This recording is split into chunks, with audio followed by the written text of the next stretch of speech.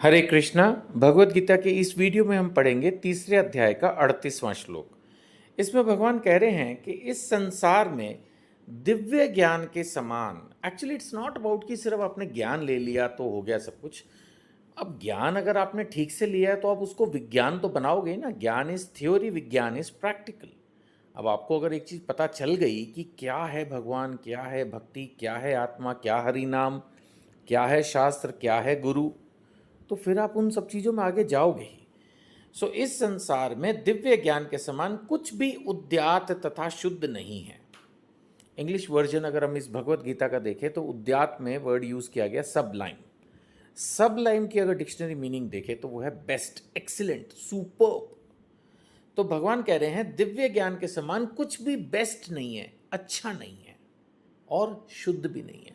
यानी कि ऐसे बोले सीधा सीधा कि दिव्य ज्ञान जो है वो सर्वश्रेष्ठ है, सर्वशुद्ध है, इससे बेटर कुछ भी नहीं है।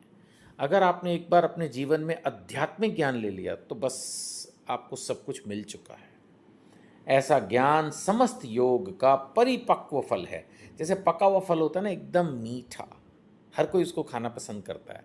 तो इसी तरह से ये जो ज्ञान है, इसको मतलब लेने के बाद आप समझिए कि कुछ और बचा ही नहीं, दी बेस्ट चीज़ आपको मिल गई। जो व्यक्ति भक्ति में सिद्ध हो जाता है, सिद्ध हो गया मतलब परफेक्ट हो गया, उसने पूरा एक तरह से अपने आप को उस राह पर चला दिया और सफलता की सीढ़ी चढ़ गया।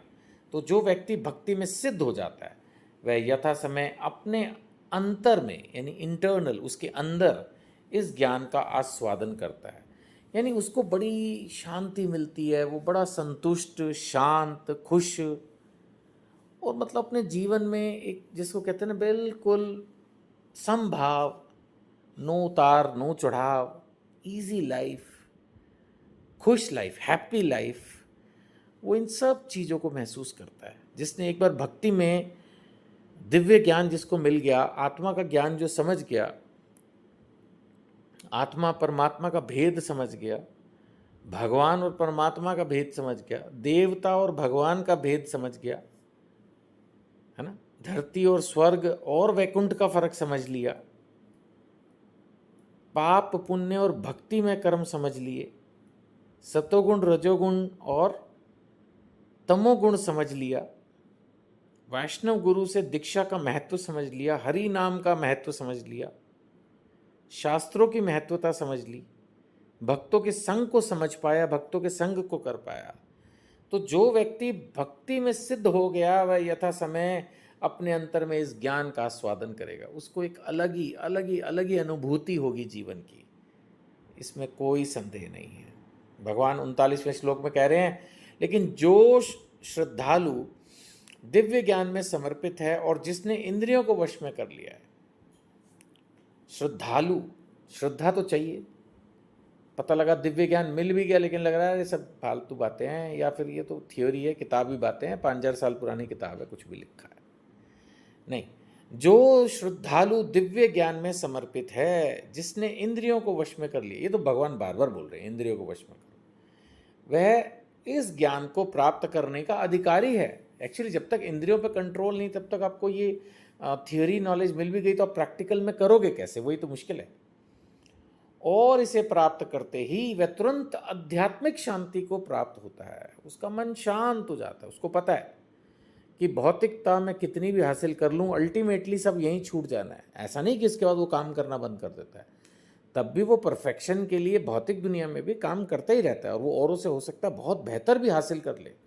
बट अंदर ही अंदर जो आध्यात्मिक शांति है, उसकी आत्मा अब संतुष्ट है, उसको पता है कि मुझे क्या हासिल करना है, मेरे जीवन का लक्ष्य क्या है, वो उस तरफ अग्रसर रहता है। अगला श्लोक 4.40 बहुत इंपॉर्टेंट, जो कि हमें ये समझाता है कि शास्त्र और उन पर विश्वास, श्रद्धा कितनी जरूरी है। भगवान कह रहे हैं जो अज्ञानी तथा श्रद्धाहीन व्यक्ति शास्त्रों में संदेह करते हैं, उनको लगता है भगवत गीता तो मनगढ़ंत बुक है, वे भगवत भावना व्रत नहीं प्राप्त करते। कैसे मिलेगी? अगर आपको इस बात पर विश्वास ही नहीं कि जो भगवत गीता में लिखा है, रामायण में लिखा है, श्रीमद् भागवतम में लिखा है, ये सब सही है, आप उन बुक्स पर ही डाउट करो तो इसका मतलब आप भगवान को समझ ही नहीं पाओगे। फिर आप मनोधर्म से चलोगे, मेरे अनुसार तो फिर वो किसी भी व्यक्ति को भगवान मान लेगा या किसी को भी भगवान नहीं मानेगा, या ज्योति को ही भगवान मान लेगा कि भगवान का तो कोई आकार ही नहीं है, निराकार है। वो कुछ भी जिसने शास्त्रों को ठीक से नहीं पढ़ा वो भगवान को समझ ही ना पाएगा। चौथे अध्याय के 9वें श्लोक में भगवान ने कहा था, जो मेरा जन्म कर्म समझ लेगा ना, उसकी दिव्यता को समझ लेगा, वो सीधा मोक्ष को प्राप्त कर लेगा। क्योंकि समझना ही तो मुश्किल है। हमारे अंदर एक डाउट खड़ा रहता है, कुछ भी जब हम पढ़ते हैं, सुनते हैं, समझते हैं, हमें लगता है कि नहीं, बात ये नहीं है, शायद कुछ और है। सो जो अज्ञानी तथा श्रद्धा विहीन व्यक्ति शास्त्रों में संदेह करते हैं, वे भगवत भावना अमृत प्राप्त नहीं करते, अपितु नीचे गिर जाते हैं। अब नीचे गिरने का मतलब, नीचे गिरने का मतलब ये नहीं कि धरती पे गिर गए। नीचे गिरने का मतलब है निम्न लोक, निम्न योनि। पहले भी कई बार चर्चा कर चुका हूँ। अभी अच्छी वाली मनुष्य योनि है, लेकिन शास्त्रों पर संदेह करके कुछ भी, जब उसमें तो लिखा जो मानना नहीं, अपनी मर्जी से कुछ भी करते रहे, पता लगा अगले जन्म में कुत्ता, घोड़ा, पंछी, कीड़ा कुछ भी बन गए। निम्न योनि या निम्न लोकों में ही पहुँच गए, पाताल, नरक, लोकास और कहीं पहुँच गए। सो इसको बोलते हैं नीचे गिरना, अपितु नीचे गिर जाते हैं।